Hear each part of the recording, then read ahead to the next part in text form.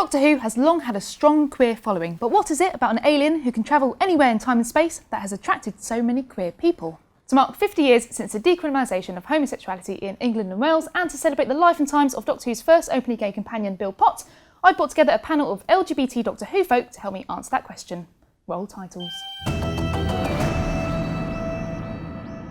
In 2008, when I was 16, I went to my very first Pride and I had a really embarrassing photo with Freema, and they were showing Journey's End in Trafalgar Square. For me, a big selling point was the fact that they were showing Doctor Who, because I probably would have been at home waiting to see whether David Tennant was going to regenerate or not, and I think the Pride organisers knew this as well. What do you think it is about Doctor Who that gets queer people through the door?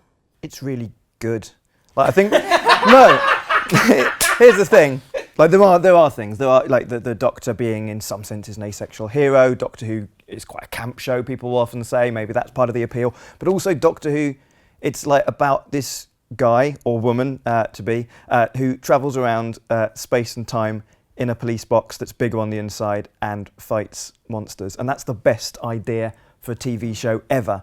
So 90% of the reason that LGBTQ people enjoy Doctor Who is exactly the same reason that everyone else enjoys Doctor Who. It's really, really good. Mm-hmm. Yeah. See, we're not so different, you and I. We also spoke to Waris Hussain, who directed the first ever episode of Doctor Who back in 1963, to see what he thought. Most people fantasize about who they would like to meet. That's why they have focus on films. You have your favourite movie stars, you have your crushes. The thing about Doctor Who is that because he is able to transport you into all sorts of worlds that you do not have any identification with, I think it has a lot to do with solving people's loneliness and the fact that he encounters other people who are equally lost or finding themselves. His companions are the ones who have more kind of they're more grounded in where they come from. He doesn't have a home. He depends on his wits, and he depends on the people he encounters and the relationships he chooses to make. But do you think each incarnation of the Doctor is the same sexuality, or...? That is a really interesting question, actually. Well, let's go through them. Troughton, gay. Pertwee, gay. Baker, yeah. Do you think being queer is the reason why you were drawn to Doctor Who? To an extent it is. I mean, Doctor Who was my very first television memory. The thing that really attracted me to it at first was, I think it was the variety of strange and wonderful creatures that the Doctor met. You know, the different aliens with the different skin textures and colours, and that weren't necessarily monsters. I think that was the thing that attracted me to it initially. And then when Sophie Aldred got cast as Ace, I was just sort of sat there going, that's I want to be that. That's who I want to be. That was the first time I completely identified with a character in a TV show. This show doesn't impose anything onto you. I think there's a lot of shows, certainly shows that I watched growing up, TV was very heterosexual. Things were often about a guy chasing a girl or saving a girl. Usually through violence, and that's one of the things that the Doctor doesn't do. The Doctor runs away until the enemy's too tired to continue chasing him. And then he blows them up. Then he blows them up, yeah. Then waits until they're retreating. A lot of classic Who is associated with campness. With the classic show especially, is it just that bits of it were a bit rubbish, or looked a bit rubbish? Yeah. And it's still the best thing on TV, don't get me wrong. But is that it? Is the LGBTQ community more inclined to like stuff that's a bit rubbish? Mid-80s onwards, from sort of Colin Baker era onward, that's when you start to get into the stunt casting sort of thing, and just pantomime type performances more so. Ken Dodd and Sheila Hancock and Nicholas Parsons. Yes. They're brilliant. They're fantastic. They're perfectly calm. I'm all for stunt casting. Yeah. When you look back at something like The Happiness Patrol as well, which is like the most obvious allegory for Section 28 that was written at the time, that's like completely goes and deals with that. That's classic era Who attempting to deal with some of the issues that they deal with today. Regarding Doctor Who, of course, first of all, it was an adventure story. It was meant for kids, so you're not going to get into that, really. However, there were certain characters that could have perhaps been interpreted in some subversive way. When we did Marco Polo, we had Mark Eaton playing Marco Polo, extremely good-looking and, you know, square-jawed hero. And the villain was played by Darren Nesbitt, who was playing Tagana. Anyway, the Tagana character was everything that you could possibly associate with dark forces, including being clad in black leather, with his head all pulled back and shiny and greased down, and the sort of figure that in the gay mind might be a certain kind of fantasy figure. That is the possible only way we could associate Doctor Who, in my context, with that. I think also with Doctor Who, certainly for me, it's given me quite a strong feeling of community. It's not just the show; it's also the fandom. Getting to go to conventions, through that, I not only did I make a lot of friends, I went to my first Pride because of the people I met at conventions, not people I met at school. Yeah. And I found that with Doctor Who, the fan base is much more diverse, actually, I think. It's definitely a post-2005 thing, though. Like pre-2005, you'd go to a convention and it was all men for a start. Yeah. And suddenly, when David Tennant took over as the Doctor, it wasn't all men at all. Yeah. I wonder why that was. I wonder why that was. Some people got really upset about that as well. Yeah. Well, people do get upset because people like to think that Doctor Who is for them. Yes. Yeah. But some people like to think that Doctor Who's just for them. Yes. One of my favourite things I saw on Twitter on Sunday was just somebody saying, yeah, Doctor Who used to be a show for tough men who'd hang around the dog track and the pool halls, not anymore. Tough men? Yeah, just, you know, but like, men. you know, going, yeah, that's never been what Doctor Who is, so why? I don't remember any of them in my class. Yeah, exactly. Doctor Who has always been, for me anyway, that it's just something you can sort of watch, and you can sort of, even if life is at its lowest, you can sort of escape into it, because it's always a place where everyone's welcome. It's for everyone, and I think that's the great thing, is that it might not be because you're queer that you watch it. It might be just because you feel accepted when you're watching it, like everybody else. So for me, that's exactly it. Yeah. For me, it's always been a puzzle as to how this show, that was given 6 weeks of life when I started. Don't forget, I mean, I'm going to refer that because when I started this show, no one else wanted to touch it. I was the most junior director at the BBC. I was also probably in the ethnic minority. In fact, I was the only Indian-born person doing what I was doing. And I think they simply said, give it to him, because if it's going to get junked, he'll be washed away with the bathwater. The fact that you've got a female producing, which in itself is an extraordinary thing, you could regard the television centre as the TARDIS. And she and I were going on a voyage, and the only other person who was with us was Sydney Newman, who created it. Sydney Newman being Canadian, Verity being a woman, myself being an Indian. We were the Three Musketeers. Doctor Who didn't really deal with gender or sexuality in the classic era, you know, beyond some subtext in Survival. Well, also, like the whole of Sophie Aldred's tenure as Ace. See, I think, we're going to go on a tangent here, but I think Bill Potts, first openly lesbian companion, but I don't think she's probably the first lesbian companion in Doctor Who. I think Rona Munro would agree with you. I think she would. I think she would. I think Ace, to me, is the first lesbian companion. Yeah, I think so. I think that the whole of her storyline is a young woman coming to terms with her sexuality. Once you go and watch it as that, suddenly so much, even like the big scenes in Curse of Fenric, which looks so clunky and awkward of her trying to flirt with the soldiers, suddenly makes so much more sense if you realise that it's detached from that. Fast forward to 2005, we've got the Doctor Dances, we've got Captain Jack, a 51st century kind of guy who is pansexual or omnisexual. Now, the Doctor isn't really fazed by this at all. In fact, he's not fazed by it, but Rose is. Rose questions it. So how important is the Doctor's blindness to labels? It showed me that it doesn't matter who you love or if you love someone of, you know, like a different race, a different gender, a same gender, it doesn't matter. I think one of the things that sort of LGBTQ people are kind of struggling with a bit in 2017 is how much do you make an issue of any of this? Like, we're on a panel now talking about it, but like, do you sort of come out and proud and go, it's like, isn't being gay or bi or pansexual or whatever like so fabulous, isn't it fantastic, let's make a feature of it in the show? Or do you just sort of take the approach of the Doctor himself or herself and just kind of go, I don't even see it? Like, which should you do? It's important we talk about it. It's the thing that Pearl Mackie actually has found, and in fact the whole team has sort of found in regards to Bill, that like, do you make a thing of the fact this is the first lesbian companion, isn't that fantastic? or do you kind of go, well, why does it matter? We're not there yet. We're not at that place where everyone goes, oh, it shouldn't have to be a thing, we shouldn't have to mention it. Yeah, you're right, we shouldn't, but we do, because it is important. When they announced that I was in Doctor Who, and sorry, I feel so like still feels ridiculous. I was in Doctor Who. Yeah. It feels like it's all I ever talk about. In the 24 hours after they did that, there was something like 250 news stories about me. It was so bizarre. It was so surreal to sort of be in that. Like, I went down to the local Tesco with my hoodie up and stuff, like sunglasses on, going, oh God, what's this going to be like?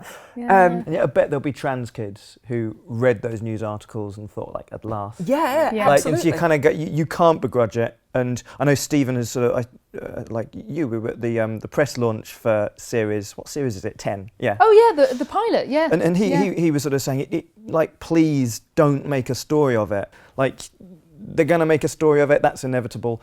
But, like, so they should, I suppose. It is newsworthy and it's going to mean an awful lot to an awful lot of people. I personally think we've still got a long way to go. I feel so sorry for those who grew up in villages and small towns with parents overseeing their lives. What do you do about yourself? You can't express yourself, you can't do anything. I mean, you try to live the best way you can, hide it, possibly even get to the point where you marry in order to hide your sexuality. In Middle America, that's still the thing to do. Most of the people who venture out of that shadow of being in enclosed communities is to go to cities. I suspect that still happens in this country. I cannot see people in small villages expressing themselves. I mean, we have the joke about the only gay in the village, but the fact is, that's not a joke, actually, if you live in those circumstances. And I know that there's still teasing that goes on, and I think in certain areas of society, in countries as well, it's illegal. So it's not all sorted out. And I think, interestingly, with Bill, and it does come up several times in Series 10, her sexuality and her having to come out, especially, her scenario with the Romans getting hit on. She's like, I'm really sorry. In episode 4, Knock Knock, the housemate fancies her and she's like, yeah, sorry mate, that's like, it's not my thing. For me, as a lesbian, I find that I do have to come out quite a lot, especially to guys. It's not just having gay characters that are, visibly in a show. It's also how you write them and how they react to the situations. Yeah, 'cause that's the thing. It's like as Russell wrote in Bob and Rose, it's not one thing. You don't come out once in the Queen Vic and then everybody knows. It's a process that happens day after day. Coming out was not something that I've been explicit about. I still have very conservative background in my family, not here, I might hasten to add, but in my Indian background. I have a lot of cousins and nieces, but I have a partner, and we've finally come out to each other's families, let alone society. He comes from a very religious, well, not quite, but they're Catholics and they're French. So you have your steps to climb, and I was privileged to meet them recently because they wanted to meet me after a long time. Coming out is not something I've done professionally. I would like to direct pieces that have gay themes. My current script that I'm working on is about an incident that happened in my life, and in that particular incident is when I first managed to be honest about myself. That, if it gets made, will be the open door to everyone's speculation, finally deciding, oh, well, we all know now, don't we? I think this interview might. Pardon? I think this interview might. This interview will probably be the nearest thing that I can say will be opening a door. We have to talk about Torchwood, obviously. What's that? What's that? Never heard of it. So I rewatched Torchwood earlier this year, and I noticed that in Series 1, every single character kisses somebody of their own gender, but never subscribes to a label. And at one point, Yanto says about Jack, it's not men, it's just him. For me, when I started watching Torchwood, I was not only sort of blown away by Jack and, you know, and Yanto and all of that. But I also found myself like identifying sort of like with Owen, and like, because he was for me, Owen was always the character that was the most human, because he had so many flaws, so many, and but that was so human about him. That's what everyone loved about him. And then you had Gwen, who went from being this mild-mannered police officer to this incredibly tough woman at the very end. And it was sort of like you watched all these characters progress, but never once did any of them ever say, I'm straight, I'm gay. You know, it was because they can be whoever you want them to be. Torchwood also illustrates the difficulty that a lot of writers and showrunners will have with putting an LGBTQ character into well, any show, but you've got Yanto and Jack, and suddenly the writers were being told there were things they couldn't do. You can't separate them. You can't kill off Yanto. The amount of hate they got for killing him off. The same with Bill. It's like if you're going to introduce an openly gay Doctor Who companion, you've got to be able to do anything with that character. You can't make an exception just because the character because they're gay. Because is there LGBTQ, is this, or limits the stories you can tell. There's this trope called bury your gays, where you make your gays suffer and you kill them at the end.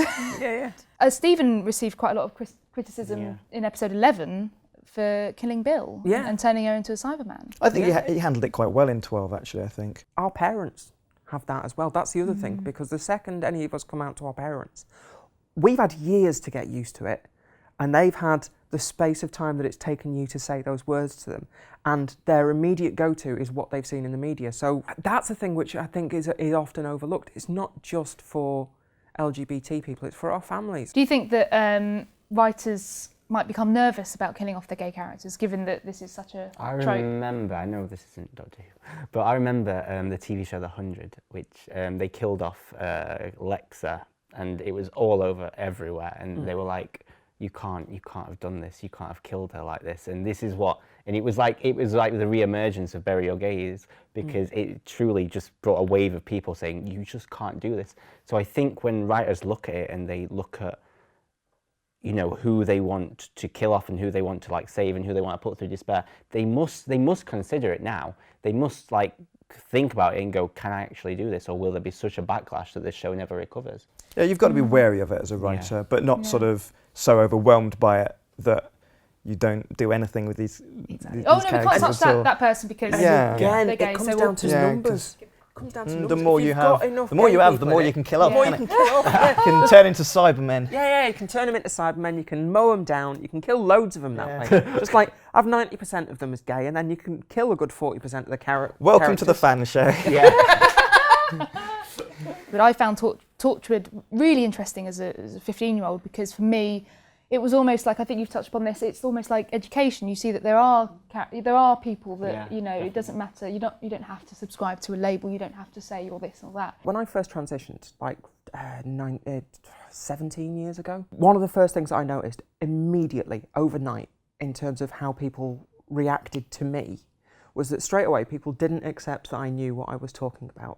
Like immediately, stuff that beforehand people would have just out of hand just gone, oh, well, you sound confident, surely you must know what you're talking about, whether I did or I didn't. That disappeared entirely. And the other thing was, people had no idea when I was joking, or would explain my jokes back to me, as if I hadn't understood them and said those words in that order. Representation really, really matters.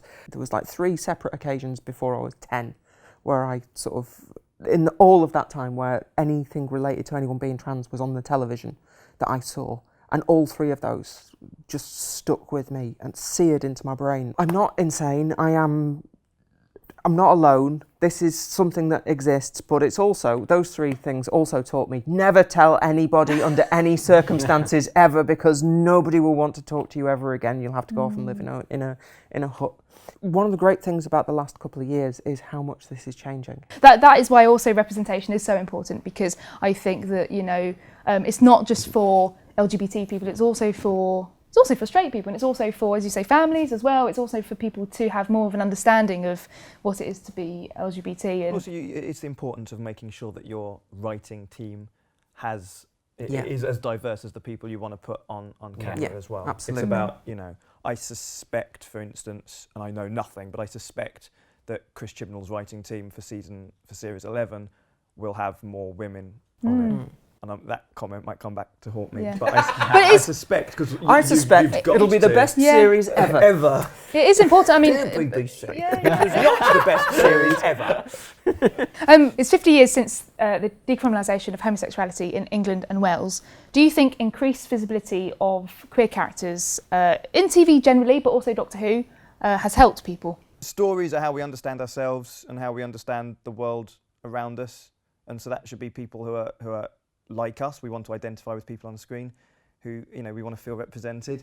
But also it should be people who are different to us. And the more you do that, I mean, like increasingly people who are sort of under 25, under 30 don't identify as either straight or gay. They're somewhere on that sliding scale compared to a generation or so older who are far more sort of binary about it. I grew up at a time, and I was directing at a time, when there was absolutely no question of homosexuality even coming into the workplace, let alone onto the screen. Well, you walk around pretending, it's like you pretend you actually don't have a headache.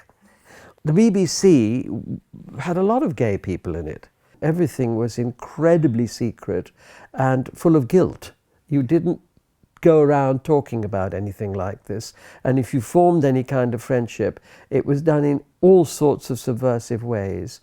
It was very destructive, so the whole business of legalizing it means that it didn't all change overnight, certainly not of people of my generation, because it has a psychological effect. You can't just get round it by saying, well, it's okay now, the lights have all come up so we don't have to walk around in the dark. It's psychologically damaging, and people of my generation are still wandering around, still in awe of the changes that have taken place. One of the things I really noticed when I sort of came out as lesbian in my early 20s, when I first started going out on the scene, to sort of see people who were that much older looking at people who were that much younger and getting really angry at them for having all of these opportunities that they'd fought for and didn't get to have.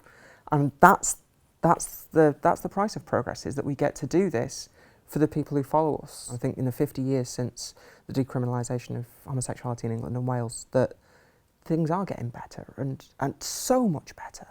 Like the fact that is within the lifetimes of people who we know, and like not only within the lifetime of Doctor Who as well. Yeah, absolutely, yeah. For the entire Hartnell era, Yeah. it was illegal in the UK or in England and Wales to be. It's madness, isn't it? Isn't it? Yeah. A huge thank you to our guests, Bethany, Ben, Alex, and of course, Warris. We'd love to hear from you too, so let us know your thoughts in the comments below, and if we've got anything wrong, feel free to shout at us too. To catch up on our reaction to the 13th Doctor reveal, click here, and to subscribe to the official Doctor Who YouTube channel, click here. We'll see you soon. Bye. Bye. Bye.